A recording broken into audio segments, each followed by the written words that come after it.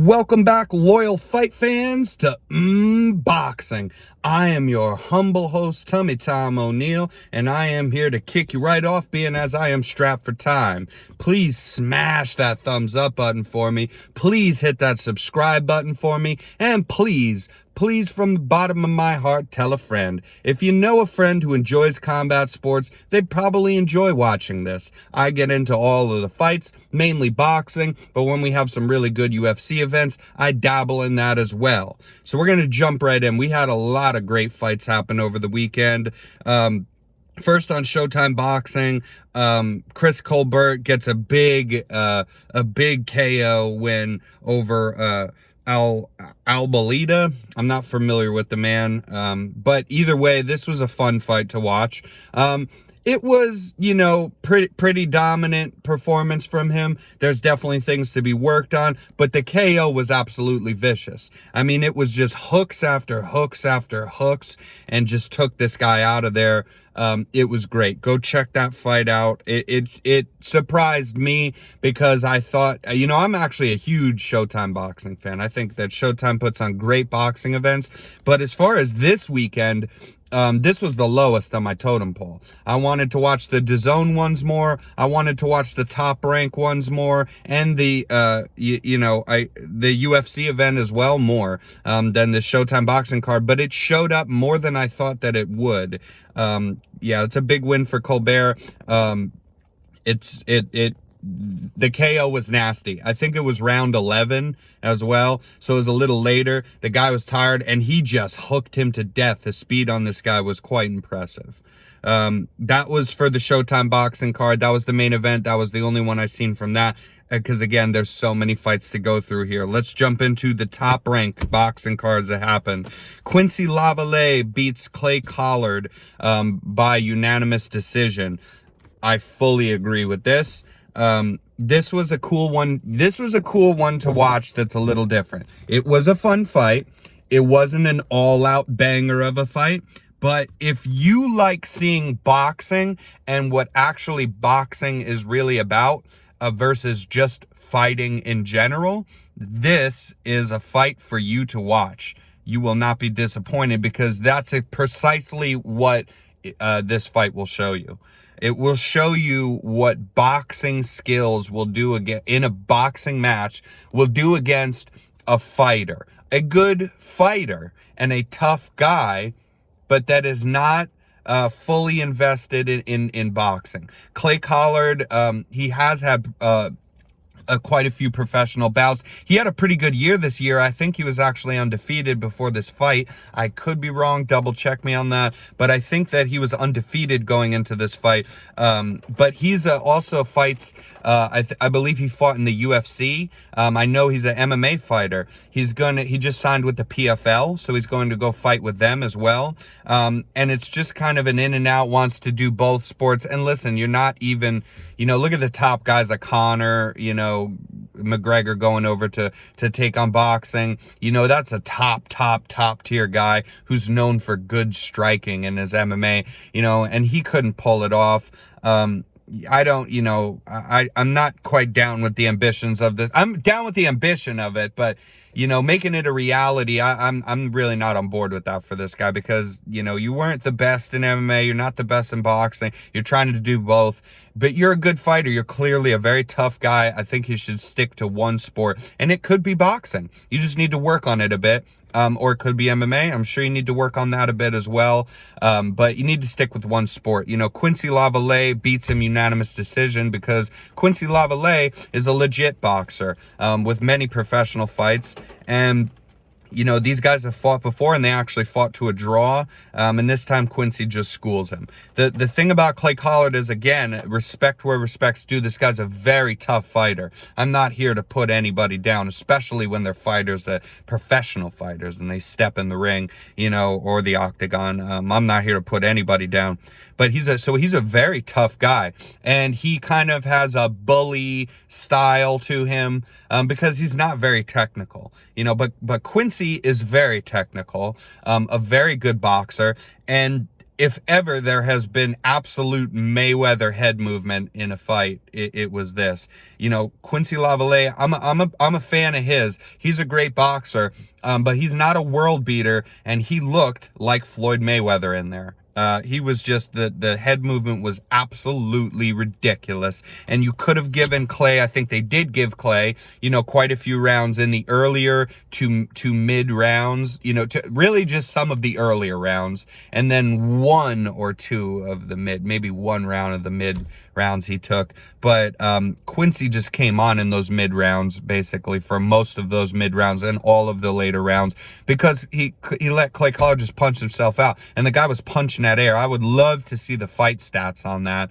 I would love to have more time, you know, where I could have looked up those fight stats before jumping into this, because it was really awesome. Definitely go check that fight out. Then the next one on that top rank card, Masayoshi Nakatani took on Felix Verdejo and gets the win there by a late KO.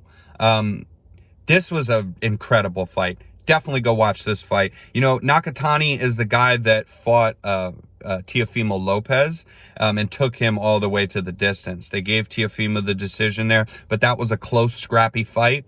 And he took him all the way to the distance. I believe he's Japanese, but he's a fantastic fighter. He's got a lot of length on him. He uses his reach well, and he's got some power in there. He's not a one-shot guy. He's not a one-shot power guy, but he's definitely got enough power in those hands that he puts people out, and he did it again here. Not only did he put out Felix Verdejo, but he got knocked down twice before making a comeback and putting his opponent away. You know, this was a real test of grit. Excuse me. And they asked him after the fight, you know, God, what do you want next? And he goes, well, I don't know, you know, about next per se. Well, he has a translator too, so it's a little lost in translation. But he was saying that basically, whether it's next or not, his whole goal is working back towards a Teofimo fight. He wants to fight Lopez again. He is the only guy that took him to a draw. You know, although in my opinion, you know, you could have made that Lopez Lomachenko fight a draw. You know, you could have, but I'm not mad at him for the win on that either, because of that 12th round, the heart that he showed. But Nakatani, he's showing heart in this fight. Showing a lot of heart. So it's not just he's beating up a guy that he's better than. He was tested. He was knocked down twice and then made a comeback, stayed in there. Just pure grit and determination, man. You know, hats off to Nakatani. That was a very good win for him. The way that he won, the way he was able to come back was highly impressive. Very impressive to me. And then you had Edgar Berlanga taking on Ulysses Sierra. Berlanga is the guy that fought on that Lomachenko Lopez undercard. He was wearing pink trunks and pink gloves, and he knocked his opponent out in the first round. That's the first time that I had seen him. I'd heard of the guy's name, that he was knocking people out in the first round, but he's a newer guy. I hadn't, honestly, before that, heard of his name. Then I watched, that was the first fight I watched. He knocked that guy out in the first round as well. So that was his 15th first round KO. And then he KOs, he gets this fight. I made it, you know, intentionally to watch him, knowing who he is now. Let's see what this guy's about. I mean, he looks like a really cool guy. He's a Puerto Rican, and you know how we've had some great Puerto Rican, Miguel Cotto, Felix Trinidad. We've had some great Puerto Rican boxers before. He's got a lot of support behind him. For a guy who's coming up, you know, a lot of you probably don't know his name yet. He's got a lot of support, celebrity support, community support. Yeah, he's Puerto Rican. I think he's coming out of Brooklyn. I think he's from Brooklyn. I know he's from New York somewhere. Shout out to New York. Let's go, baby. But yeah, he comes into this fight, and I made an intention to watch him. And I thought for sure, you know, I never heard of this Sierra guy before. I'm sure he would beat him. But I said, what's the chances this guy gets another first round knockout? He gets another first round knockout. Unbelievable, this guy. Unbelievable. And I want to see where his like boxing skills are at, but you can't blame the guy. Listen, I love what the guy says too. They ask him after the fight, this fight, the last fight, they've asked him after his last few fights of first round victories. You know, he's not just saying, I'll put anyone out in the first round. I love it, man. They tell him, wow, you're incredible. You're putting everybody out. What next fight do you want? What do you want? He said, oh, I don't care. I want somebody who's going to test me because I want to get rounds in. I mean, this guy's a monster. This guy wants to be tested. He wants to get rounds in. You know, he doesn't necessarily look for this first round. It's just like, hey, you know, you're going to blame me because, you know, these people can't last through the first round with me. I want to be tested. I want to get more rounds in for more experience. He actually seems like a really humble guy. Of course, he's a fighter. He's a boxer. So, you know, he's got an ego. You have to some extent. But really, you listen to the guy's interviews, the things he says, he's really quite a humble guy as far as fighters go. He really is. And he wants the experience of more rounds. And I think eventually he's going to get it. I mean, I thought even here, even if he wasn't truly tested, that it wouldn't be another first round, but it was, man. You got to look out for this guy. I mean, and just penetrating shots through the guard. I think he did catch the guy real good, but then he shelled up and he was just winging these right hands through the guy's guard, wore him down till he knocked him down. That's just sheer power. Sheer power. I think the guy's a middleweight, if I am correct. But that was very impressive. And then we had Shakur Stevenson taking on Takakon Clary. I mean, I saw this one kind of coming a mile away. Shakur Stevenson, an excellent boxer. Talk about technique, being a technician, being defensively sound all around in his entire game. There's nothing lacking about his defense. He puts on good offense. My opinion is that his defense and Devin Haney's defense are very similar in that they're both incredibly good. I tend to lean to Shakur Stevenson at being able to, when he's prodding that jab out, jab to the stomach, jab to the head, which Devin Haney does as well. I think Shakur Stevenson makes his shots a lot harder. They count a lot more. He actually will try to put his opponent away and be very defensively sound at the same time. So this was the main event for that Top Rank card, but there was not much to get into. I mean, I was going to do a round-to-round breakdown. I was thinking beforehand it would probably be on this fight. But, man, Shakur Stevenson, he basically won every single round of the fight. I mean, it's unreal. So there's nothing to talk about there. The most dominant performance that you could have. And then as far as the DAZN boxing card, there's a couple ones I want to get into before the Anthony Joshua one. Okay, so Florian Marku took on Jamie Stewart. You know, if you know about this fight and you guys watch this, you know I'm going to get real worked up right now for a minute. This is again, this is boxing just being boxing, isn't it? It's amazing. I know I've gotten worked up before about, you know, the accidental headbutts, the bad decisions, things like that we do see all the time. Listen, I've been a boxing fan for quite some time. I know what to expect by now, that this stuff happens, and sometimes I get real worked up because I'll say, oh my God, they gave a decision and there's no way that you could get to that decision. But at least out of 12 rounds, the guy wins, you know, in my book, even 4 of them or something. But it's like, how did you give him the win? You know, this is absurd. This Marku Stewart fight, this was an 8-round fight. They said that this was a draw. Jamie Stewart did not win a round. He did not win 1 round. Then if you want to give him 1 round, somewhere in there, I truly don't, I've watched the fight several times, I truly don't know where you would give him 1 round. How do you call this fight a draw? This is a mockery, man. I swear to God, I'm an avid combat sports fan. I'm very passionate about it. Put me in as a judge. You can't always please everybody, but I promise never am I gonna do absurd things. When you have close fights, You can give a decision and some people aren't happy with it. But at that point, you're talking about a preference in maybe one round, two at most. That's what a close fight is. This is atrocious that they would do this. And I really feel for this guy, Marcoux. I don't even know who he is, honestly, before this fight. But I watched this fight and I feel for the guy, and I'm going to watch his next fight and I'm going to root for him. They screwed this guy over. And he's trying to be respectful in the post fight when he's standing there right next to his opponent. But he's so worked up. I mean, I'd be more worked up. This ruins these people's careers. This is how they make money. You guys work and work jobs. Well, these people work jobs too. And when they win, they get a lot more money. Okay? And when they win, they get a lot better opportunities for their next fights to make more money. This is stupid, man. This is stupid, and it really does frustrate me.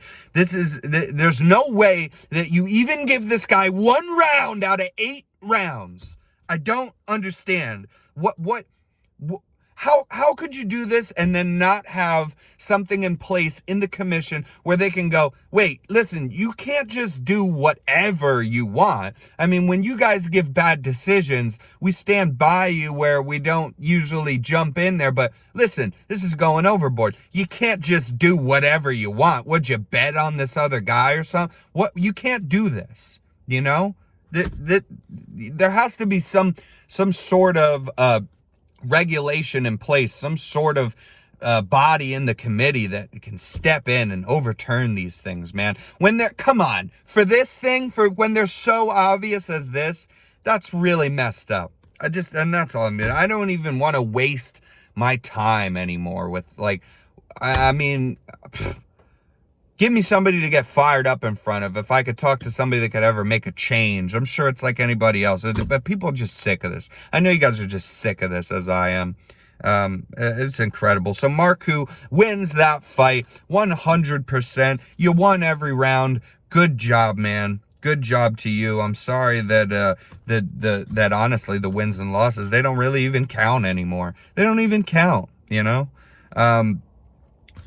Fury, then we had Hughie Fury taking on Maurice Wack.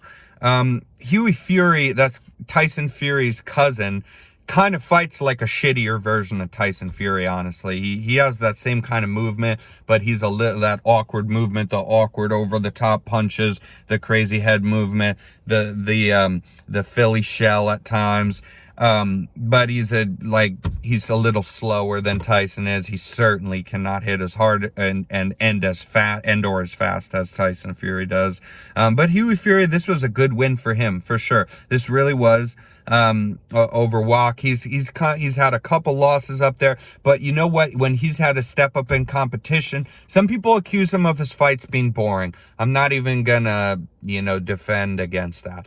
Because to each their own, and even to me, yeah, some of them were, but not all of them, but some of them were. But if you do look, like some of the ones even that people say are boring is the step ups in competition that he's had when he's fighting more of those top tier, closer to top tier heavyweights. He's been very close in his decisions. He hasn't got put away. He's got decisions, and it's been very close, where he was close to, 1 or 2 more rounds, and he could have pulled those fights away, which would have been huge wins for him. He didn't, though, but he's back in the win column here. I wish him the best. That was a good performance from him. And then you had Anthony Joshua absolutely destroy Pulev.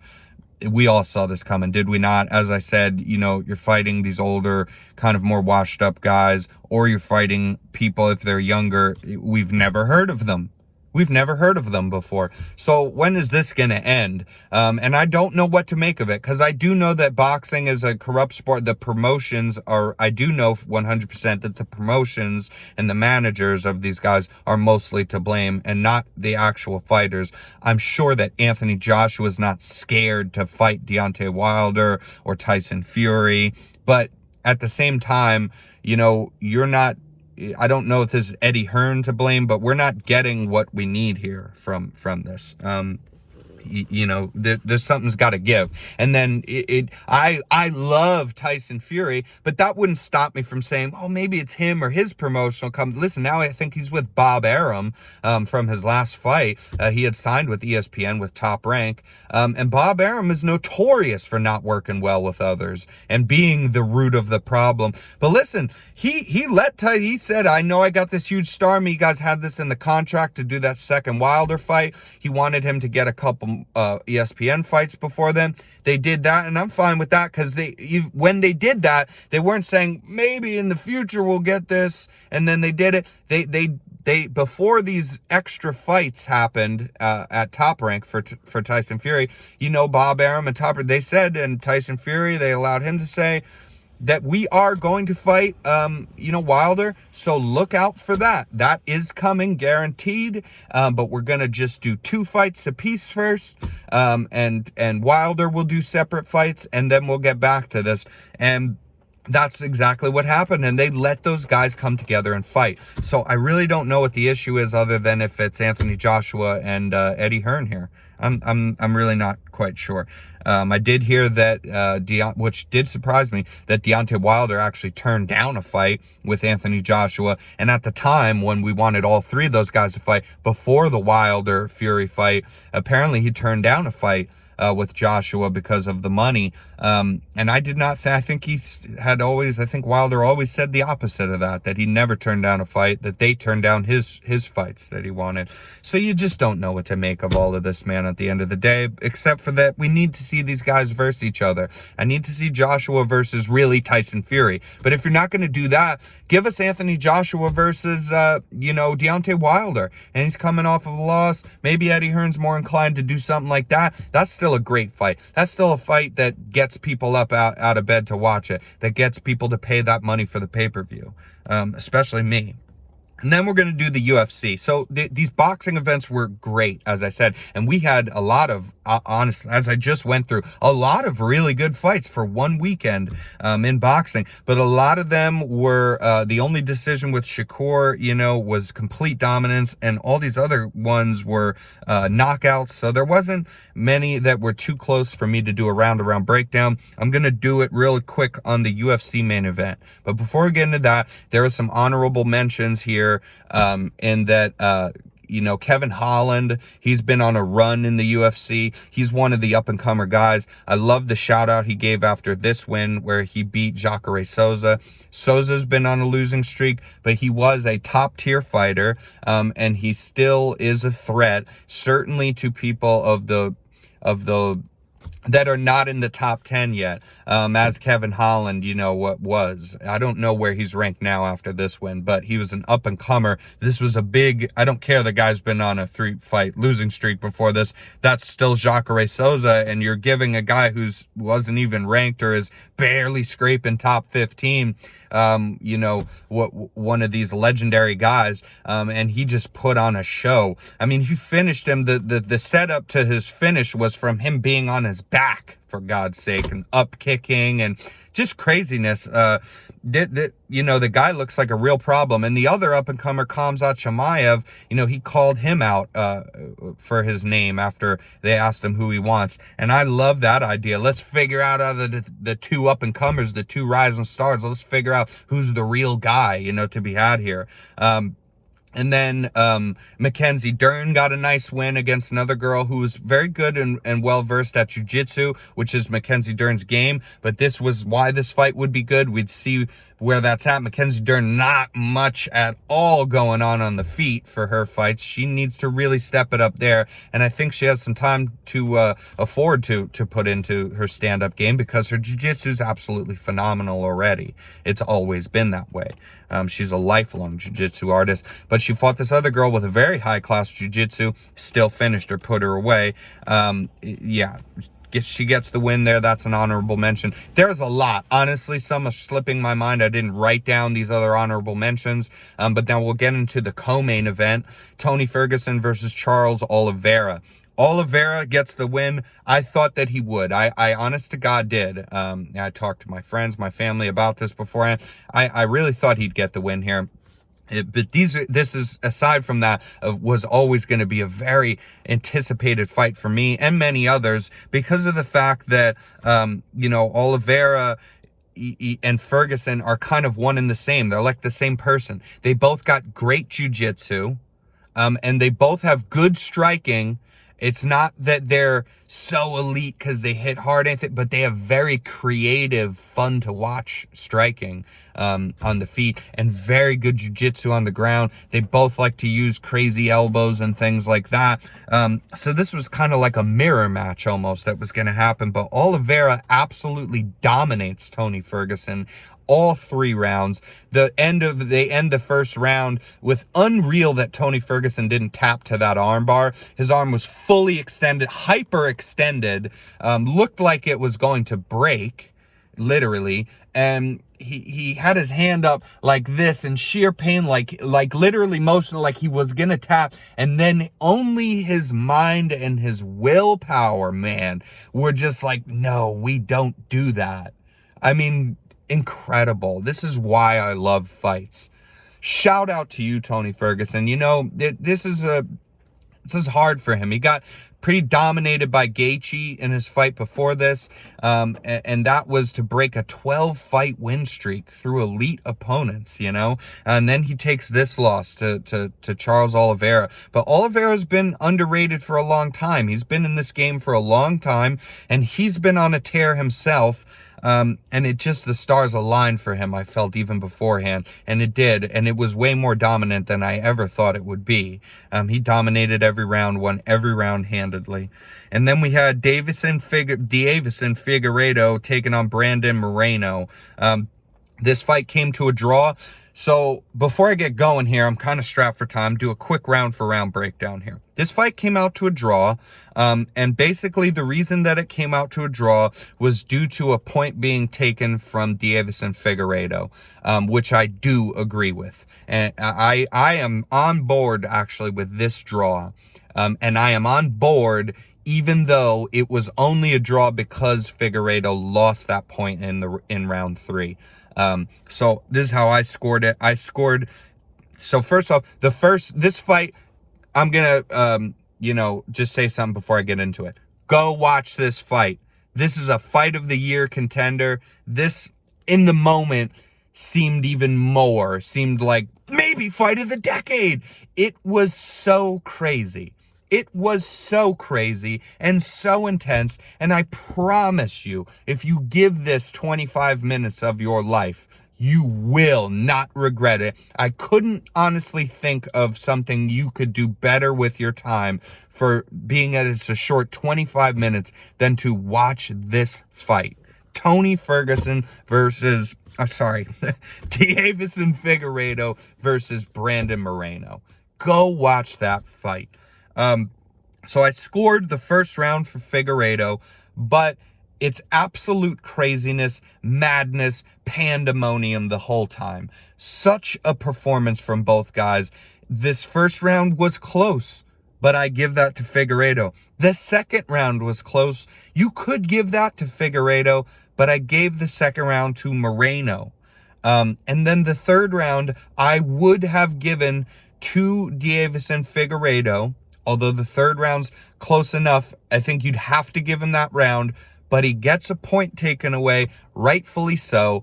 I'm not accusing Figueiredo of being a dirty fighter or, oh God, look at all the fouls. I'm sure actually, and from watching it, that they were all unintentional. This was such a crazy madness fight. Just pure madness the whole time. Bodies, hands, takedowns are everywhere in it. The scrambles are ridiculous. The exchanges on the feet are absolutely ridiculous. So you got a couple of eye pokes. I think you even got a shot to the nuts beforehand as well, and then another one. And finally, the ref goes, listen, I'm going to take a point, especially because the guy's over there almost throwing up blood, needed the full 5 minutes and looked highly compromised before he came back into the round. So I call that third round a draw. It would have been Figueiredo's round, but Moreno, highly competitive, almost steals the end of it back. after they get him his 5-minute rest. And with the point deduction, that round's a draw. Then the fourth round, I think, handedly, again, with Figueiredo, just in there both these guys are in this fight the entire time. But I think handedly, this is one of the clearer ones that you give this round to Moreno. Again, after that nut kick, too, is throwing up in the corner, just looked horrible, like he's in a world of pain, comes back, tries to steal that round 3, and then he takes round 4. His best round is round 4, I think. And then round 5, very close as well, but I think again that it's pretty obvious that this was Figueiredo's best round out of this crazy fight. So I scored it 1 for Figueiredo, 2 for Moreno, 3 as a draw, 4 for Moreno, 5 for Figueiredo. That makes 2 and 2, plus the draw in the third round makes a draw in my book. And that's about it. That's all I got for you. Till next time on Boxing. I'll see you later. I'm your host, Tummy Tom, your pandemic pal. Please tell a friend. Please hit that thumbs up button. Hit that subscribe button. Help us get this spaceship taken off.